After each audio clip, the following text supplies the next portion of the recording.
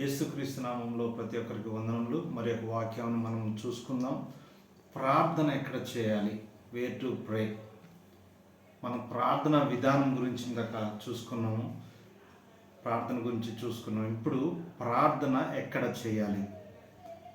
1 తిమోతికి రాసిన పత్రిక 2వ అధ్యాయము 8వ వచనంలో, కావున ప్రతి స్థలమందును పురుషులను కోపమును సంశయమును లేనివారే పవిత్రమైన చేతులెత్తి ప్రార్థన చేయవలని కోరుచున్నాను.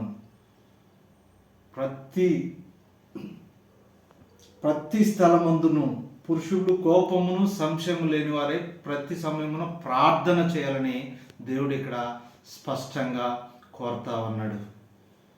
మన జీవితంలో మరి ఆ ప్రార్థన అనుభవాన్ని మరి మనము పాటిస్తున్నామా?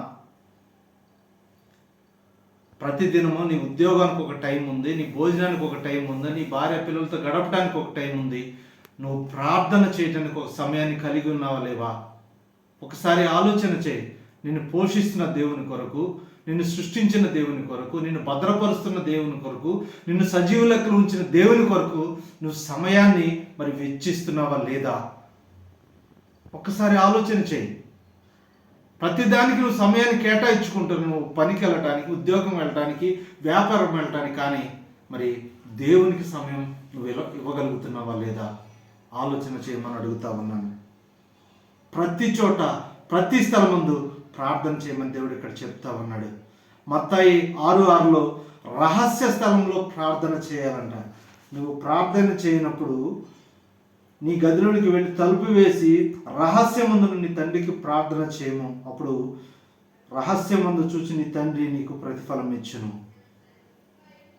ఏదో మనుషులు చూడాలని కాదు, నీ ప్రార్థన నీకు దేవునికి ఉన్న ఆ ఆత్మ సంబంధమైన ప్రార్థన. నీ గదిలోకి వెళ్ళి నీవు తలుపు వేసుకొని ప్రార్థన చేయాలని దేవుడు ఇక్కడ స్పష్టంగా చెప్తా ఉన్నాడు. ఆ ఒంటరి ప్రార్థన అనుభవాన్ని నీ జీవితంలో నువ్వు కలిగి ఉన్నావా? నీ బిడ్డల కొరకు ప్రార్థించిన దినం ఉన్నదా? కన్నీరు కార్చిన సమయం ఉన్నదా? ఎంత సమయం దేవునికి ఇవ్వగలుగుతున్నావు? ఈ 24 గంటలో 2 గంటల 40 నిమిషాలు సమయం నువ్వు దేవునికి ఇవ్వగలుగుతున్నావా? లేదా ఏదో ఒక నిమిషం లేచి దేవా కాపాడినందుకు వందనాలని ఒక నిమిషంలో ముగించి నీ పనుల్లో నిమగ్నం అయిపోతా ఉన్నావా? ఆయనకి ఇవ్వాల్సిన సమయం నువ్వు ఇవ్వగలుగుతున్నావా లేదా? నా దశం భాగం ఇస్తున్నాలే, నాకేంటని నువ్వు అనుకుంటున్నావేమో. నీకు డబ్బు ఇచ్చేది దేవుడే, నీ డబ్బు ఆయనకు అవసరం లేదు. నీ హృదయాన్ని అడుగుతా ఉన్నాడు, నీ సమయాన్ని అడుగుతా ఉన్నాడు. నాతో ఎప్పుడు నువ్వు గడుపుతావని దేవుడు అడుగుతా ఉన్నాడు. రహస్య ప్రార్థన, ఒంటరి ప్రార్థన అనుభవం మనం కలిగి ఉన్నామా లేదా? ఒక్కసారి ఆలోచన చేయమని అడుగుతా ఉన్నాను. ఇక్కడ లూకాసు వార్త 18వ అధ్యాయం 10వ వచనం చూస్తే, ప్రార్థన చేయుటకు 2 మనుషులు దేవాలయమునకు వెళ్ళిరి.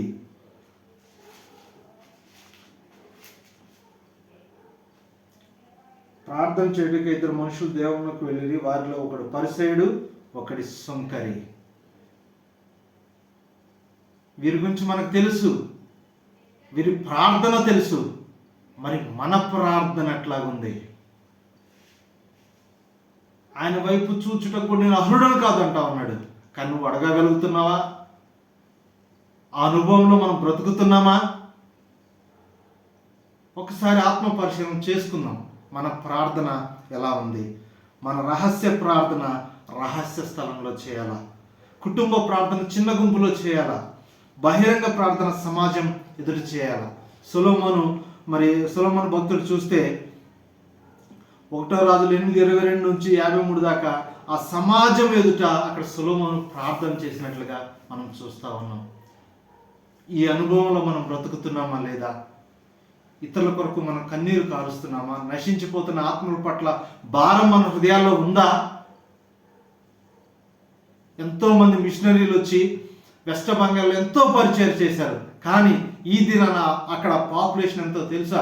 క్రైస్తవుల పాపులేషన్ 0.2. ఎంత ప్రయాసపడినా అక్కడ పాపులేషన్ అది. నువ్వు నేను దేవుని కొరకు మరి ఎంత ప్రయాసపడుతున్నాం, ఎంత సమయాన్ని ఇవ్వగలుగుతున్నాం?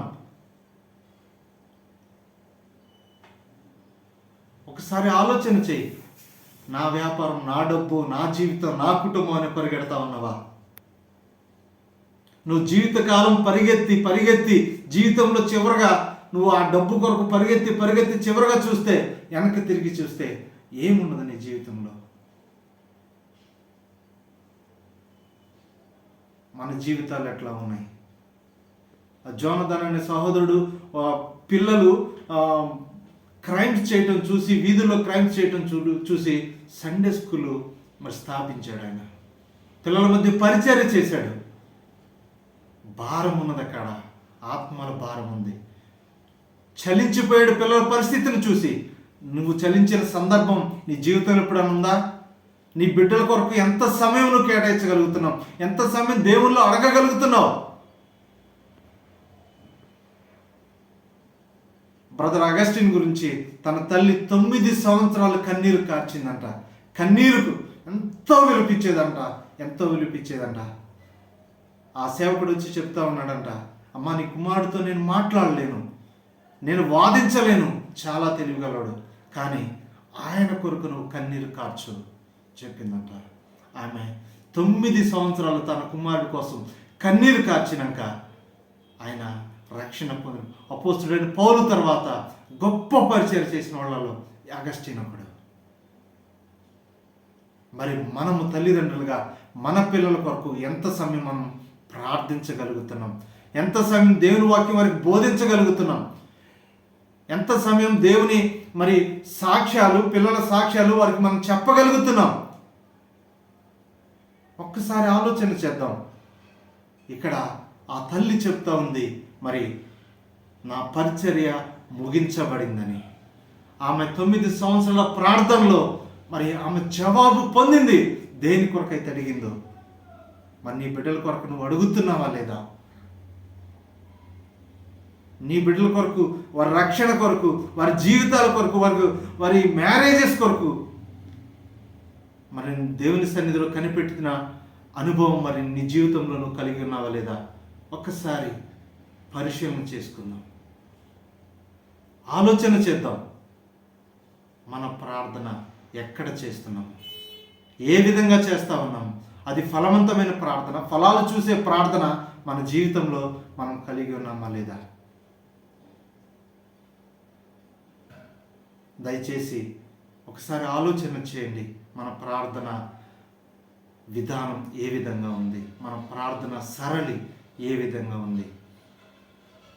చార్లీ క్రిక్ చేయగలిగినట్లు, దేవా నా చిత్త ప్రకారం కాదు, నీ చిత్తములో నడిపించు, ఆయనకు అప్పచెప్పే ప్రార్థన మన జీవితంలో మనం కలిగి ఉన్నామా లేదా? ఒక్కసారి పరిశీలన చేద్దాం. అగస్టిన్ కొరకు తన తల్లి 9 సంవత్సరాలు కన్నీరు కార్చి అక్కడ విజయం పొందింది. నువ్వు ఒక దినాన నెల రోజులకి విసుగు చెందిన వాడివైతే ఒకసారి సాక్ష్యానికి వెళ్ళి ఒకసారి చూడు. అగస్టిన్ తన తల్లికి వెళ్ళి ఒకసారి చూడు. ఆమెలో ఉన్న నిరీక్షణ మరి నీ జీవితంలో నువ్వు కూడా కలిగి ఉన్నావా లేదా? ఒక్కసారి ఆలోచన చేద్దాం. దేవుడు మరి కొద్ది మాటలు దీవించునుగాక. ఆమేన్.